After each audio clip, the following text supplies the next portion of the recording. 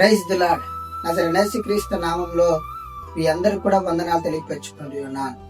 దేవుడిచ్చిన కృపను బట్టి, దేవుడి నడిపింపును బట్టి ఈ రోజున నేను మీ మధ్యలోకి వచ్చి ఉన్నాను. ప్రతిరోజు కూడా దేవుడు ఒక వాక్యాన్ని ఇస్తూ మన జీవితంలో ఉన్న శ్రమలను బట్టి, బాధలను బట్టి, కష్టాలను బట్టి ఎంతగానో ధైర్యపరిచి ముందుకు నడిపిస్తూ ఉన్నాడు. అలాగే ఈ రోజును కూడా దేవుడు ఒక మాట తెలియపరచాలని ఎంతగానో ఆశిస్తూ నన్ను మీ మధ్యలోకి తీసుకొచ్చి ఉన్నాడు. ఈ రోజున దేవుని వాక్యం ఒకసారి మనం చూసినట్లయితే ఆదికాండము 4వ అధ్యాయం 9వ వచనం.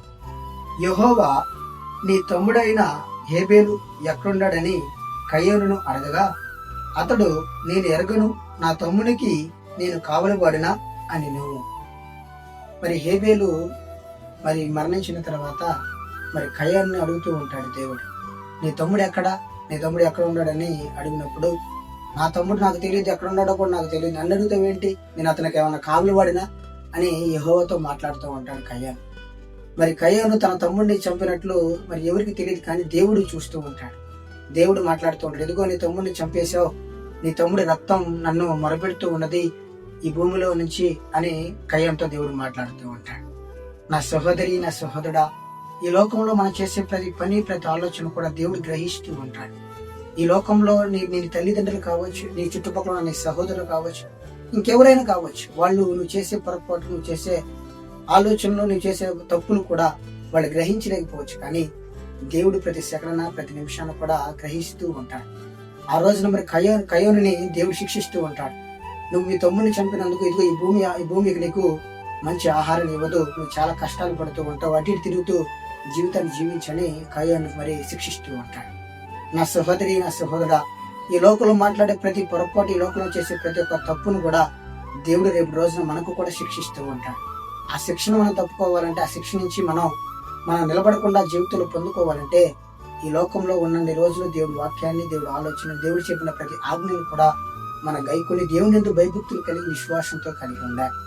ఈ లోకంలో మనం ఏదైనా దాచుకోవచ్చు, కానీ మరణాన్ని దాచుకోలేం. రేపు మరణించిన తర్వాత ఈ లోకంలో మన ప్రవర్తన, ఈ లోకంలో మనం చేసిన ప్రతి పాపాన్ని బట్టి మనకు తీర్పు ఉంది. కాబట్టి ఆ రోజున చాలా కఠినమైన పరిస్థితులు ఉంటాయి, చాలా నీచమైన పరిస్థితులు ఉంటాయి. ఈ లోకంలోనే కయ్యోనుని చాలా విధంగా దేవుడు శిక్షించి ఉన్నాడు. అలాగే మనల్ని కూడా రేపు రోజు మరణించిన తర్వాత మనకు కూడా శిక్షలు ఉన్నాయి.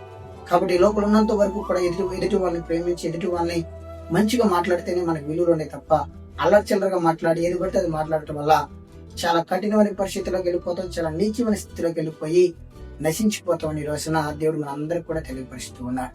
ఎవరైతే నజరేయుడైన యేసుక్రీస్తు నామములో రక్షించబడి దేవుని యందు భయభక్తులు కలిగి ఉన్నారో వాళ్ళందరూ కూడా దేవుడు మాట్లాడుతూ ఉన్నాడు. నా వాక్యాన్ని, నా ఆలోచనని, నా ఆజ్ఞలు గైకొనగలిగితే మీరు చాలా ధన్యులు, చాలా గొప్ప వాళ్ళు అవుతారు. లేదా చాలా కఠినమైన పరిస్థితులు ఉన్నాయి రాబోయే రోజుల్లో. అల్లర్చల్లగా మాట్లాడద్దు, ఏది పడితే అది మాట్లాడద్దు. నా పరిశుద్ధ గ్రంథాన్ని మీరు ఒకసారి చదవగలిగితే ప్రతి ఒక్క మనిషికి కూడా ఎలా బ్రతకాలో, ప్రతి మనిషికి కూడా ఎలాంటి జీవితాన్ని జీవించాలో, కష్టాలలో, బాధల్లో, శ్రమలలో ఎదుటి వాళ్ళని ఎలా ప్రేమించాలో ప్రతి మాటను కూడా నా పరిశుద్ధ గ్రంథంలో రాసి పెట్టి ఉంచి ఉన్నాను. నా యందు విశ్వసించి, నా యందు నమ్ముకున్న ప్రతి ఒక్కరు కూడా నా పరిశుద్ధ గ్రంథాన్ని చదివి గైకుని నా ఆలోచన విశ్వసించాలని ఈ రోజు నా దేవుడు నీకు నాకు తెలియపరుస్తూ ఉన్నాడు. ఆమేన్.